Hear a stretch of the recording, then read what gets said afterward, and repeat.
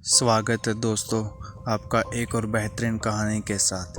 महर्षि वाल्मीकि द्वारा रचित हिंदू धर्म ग्रंथ रामायण में उल्लेख मिलता है कि रावण के बेटे का नाम मेघनाद था। उसका एक नाम इंद्रजीत भी था। दोनों नाम उसकी बहादुरी के लिए दिए गए थे। दरअसल मेघनाद इंद्र पर जीत हासिल करने के बाद इंद्रजीत कहलाया और मेघनाद नाम मेघों की आड़ में युद्ध करने के कारण पड़ा। वह एक वीर राक्षस योद्धा था। मेघनाद श्री राम और लक्ष्मण को मारना चाहता था।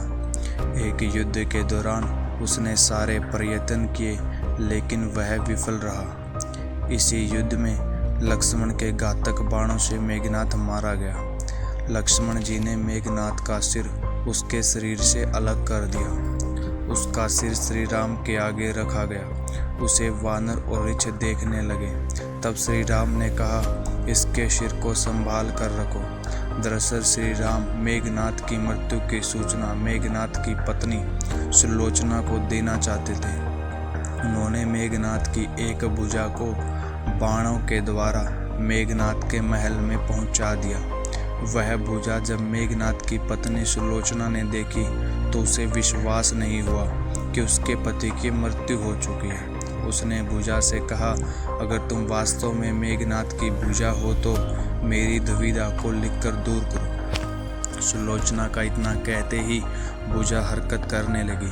तब एक सेविका ने उस भुजा को खड़िया लाकर हाथ में रख दी। उस कटे हुए हाथ ने आंगन में लक्ष्मण जी की प्रशंसा के शब्द लिख दिए। अब सुलोचना को विश्वास हो गया कि युद्ध में उसका पति मारा गया। सुलोचना इस समाचार को सुनकर रोने लगी।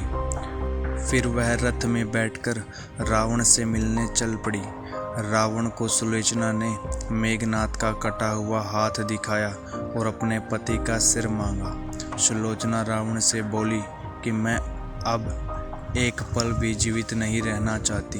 मैं पति के साथ सती होना चाहती हूँ। तब रावण ने कहा, पुत्री 4 घड़ी प्रतीक्षा करो। मैं मेघनाद का सिर शत्रु के सिर के साथ लेकर आता हूँ।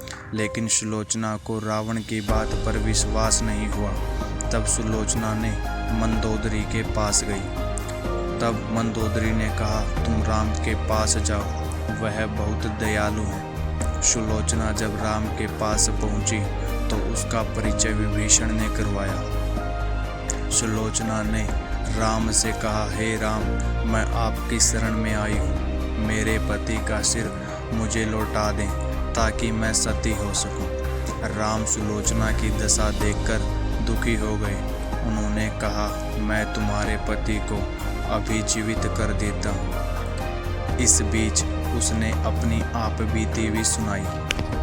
सुलोचना ने कहा, मैं नहीं चाहती कि मेरे पति जीवित होकर संसार के कष्टों को भोगें। मेरे लिए सौभाग्य की बात है कि आपके दर्शन हो गए। मेरा जन्म सार्थक हो गया। अब जीवित रहने की कोई इच्छा नहीं। राम के कहने पर सुग्रीव मेघनाद का सिर ले आए, लेकिन उनके मन में यह आशंका थी कि मेघनाद के कटे हाथ ने लक्ष्मण का गुणगान कैसे किया। सुग्रीव से रहा नहीं गया और उन्होंने कहा, मैं सुलोचना की बात को तभी सच मानूंगा जब यह नरमुंड हंसेगा। सुलोचना के सतीत्व की यह बहुत बड़ी परीक्षा थी। उसने कटे हुए सिर से कहा, हे स्वामी, जल्दी हंसिए, वरना आपके हाथ ने जो लिखा है उसे ये सब सत्य नहीं मानेंगे। इतना सुनते ही मेघनाद का कटा सिर जोर जोर से हंसने लगा। इस तरह सुलोचना अपने पति का कटा हुआ सिर लेकर चली गई। कहानी कैसी लगी दोस्तों, कमेंट करके ज़रूर बताइएगा। क्या आपको पहले पता था इस कहानी के बारे में?